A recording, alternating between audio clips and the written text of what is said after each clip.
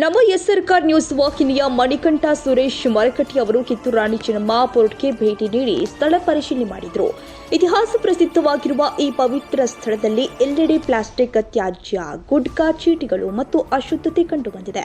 ಪ್ರವಾಸಿಗರು ಹಾಗೂ ವಿದ್ಯಾರ್ಥಿಗಳು ಭೇಟಿ ನೀಡುವ ಈ ಸ್ಥಳದಲ್ಲಿ ಸ್ವಚ್ಛತೆ ಹಾಗೂ ನಿರ್ವಹಣೆಯ ಕೊರತೆ ಸ್ಪಷ್ಟವಾಗಿ ಗೋಚರಿಸುತ್ತಾ ಇದೆ.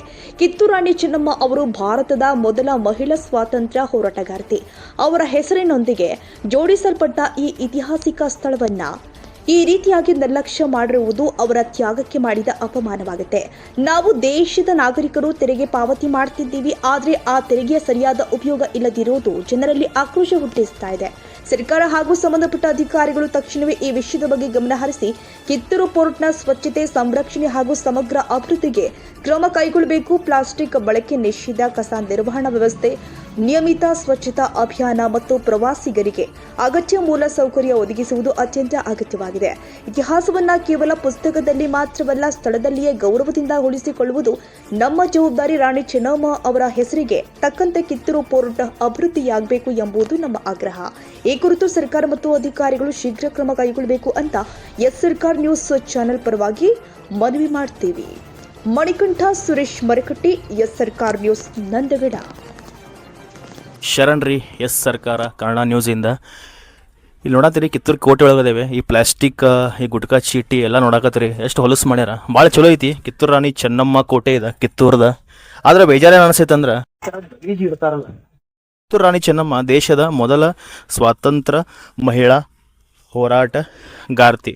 ಆದ್ರೆ ಈ ಥರ ಎಂಟ್ರನ್ಸ್ಗೆ ಈ ಥರ ಪ್ಲಾಸ್ಟಿಕ್ ಗುಟ್ಕಾ ಚೀಟಿ ಎಲ್ಲ ಇಡ್ತಾರಲ್ಲ, ಅದು ಬೇಜಾರಾಗ್ತೈತಿ. ಕಳಕಳಿಯ ವಿನಂತಿ ಕೇಳ್ತೀವಿ ಎಸ್ ಸರ್ಕಾರ ಕನ್ನಡ ನ್ಯೂಸಿಂದ, ದಯವಿಟ್ಟು ಇದನ್ನು ಇನ್ನೂ ಅಭಿವೃದ್ಧಿ ಮಾಡಿರಿ ಮತ್ತು ಕ್ಲೀನ್ ಕಡೆ, ಸ್ವಚ್ಛತೆ ಕಡೆ ಗಮನ ಕೊಡ್ರಿ.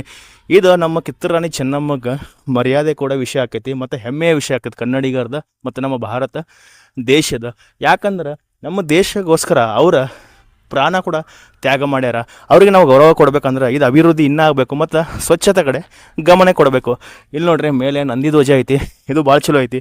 ನೀವು ಕುಟುಂಬ ಸಮೇತ ಇಲ್ಲಿ ಬಂದು ಕಿತ್ತೂರು ರಾಣಿ ಚೆನ್ನಮ್ಮ ಕೋಟೆನ ನೋಡಿ ಆನಂದ ಪಡ್ಬೋದು ಮತ್ತು ಹಿಸ್ಟ್ರಿ ಕೂಡ ಇಲ್ಲಿ ತಿಳ್ಕೊಬೋದು. ಆಮೇಲೆ ವಸ್ತು ಸಂಗ್ರಹನ ಕೂಡ ಮಾಡ್ಯಾರ. ಇಲ್ಲಿ ಹಳೆ ಕಾಲದ ಕಲ್ಲ ಶಿಲೆಗಳು ಇಟ್ಟಾರ. 10 ರೂಪಾಯಿ ಟಿಕೆಟ್ ಐತಿ, ಮಕ್ಕಳಿಗೆ ಹಾಫ್ ಟಿಕೆಟ್ ಐತಿ, ಬಂದು ನೀವು ನೋಡ್ಬೋದು. ಆದರೆ ಒಂದು ಬೇಜಾರತನ ಇಲ್ಲಿ ಎಂಟ್ರೆನ್ಸ್ ಬನ್ನಿಲ್ಲ ಕೋಟೆ ಮೇಲೆ. ಗುಟ್ಕಾ ಚೀಟಿ, ಪ್ಲಾಸ್ಟಿಕ್ ಬಾಟಲ್ಸ್ ಇವೆಲ್ಲ ಪ್ಲಾಸ್ಟಿಕ್ ಅದು ಬಿದ್ದಾವ ಗಲೀಜ.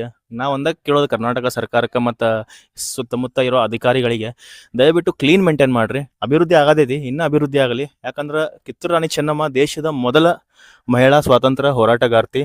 ತಮ್ಮ ಪ್ರಾಣ ತ್ಯಾಗ ಮಾಡ್ಯಾರ. ಅವ್ರ ಇಷ್ಟು ಟ್ಯಾಕ್ಸ್ ಕಲೆಕ್ಷನ್ ಆಕೈತಿ. ಅವ್ರ ಸ್ಥಳ ಭಾಳ ಕ್ಲೀನ್ ಮತ್ತು ಇನ್ನೂ ಅಭಿವೃದ್ಧಿ ಆಗ್ಬೇಕು. ಆಮೇಲೆ ಈ ಪ್ಲಾಸ್ಟಿಕ್ಸ್ ಗುಟ್ಕಾ ಚೀಟಿ ಎಲ್ಲ ಸುತ್ತಮುತ್ತ ಇರಬಾರ್ದು, ಕ್ಲೀನ್ ಮಾಡಬೇಕು. ಕೆಲ್ಸಕ್ಕೆ ಇಟ್ಟ ಸಿಬ್ಬಂದಿಗಳಿಗೆ ಕೆಲ್ಸಕ್ಕೆ ಇರ್ಬೋದು, ಆದ್ರೆ ಸಾಕಷ್ಟು ಇನ್ನೂ ಕ್ಲೀನ್ ಮಾಡ್ಬೇಕಂತ ನಾ ಕೇಳ್ಕೊತೇನೆ. ಎಸ್ ಸರ್ಕಾರ ಕನ್ನಡ ನ್ಯೂಸ್, ಮಣಿಕಂಠ.